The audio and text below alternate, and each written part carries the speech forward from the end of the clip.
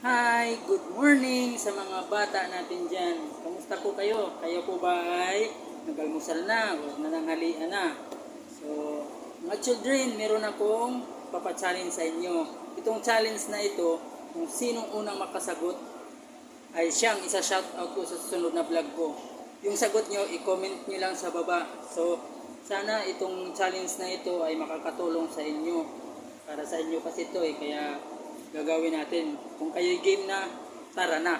Ano pang hinihintay mo? Let's go!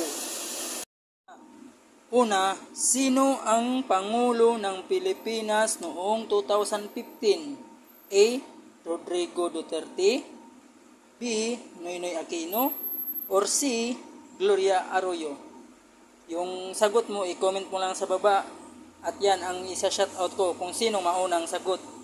Ngayon na, salamat mga bata.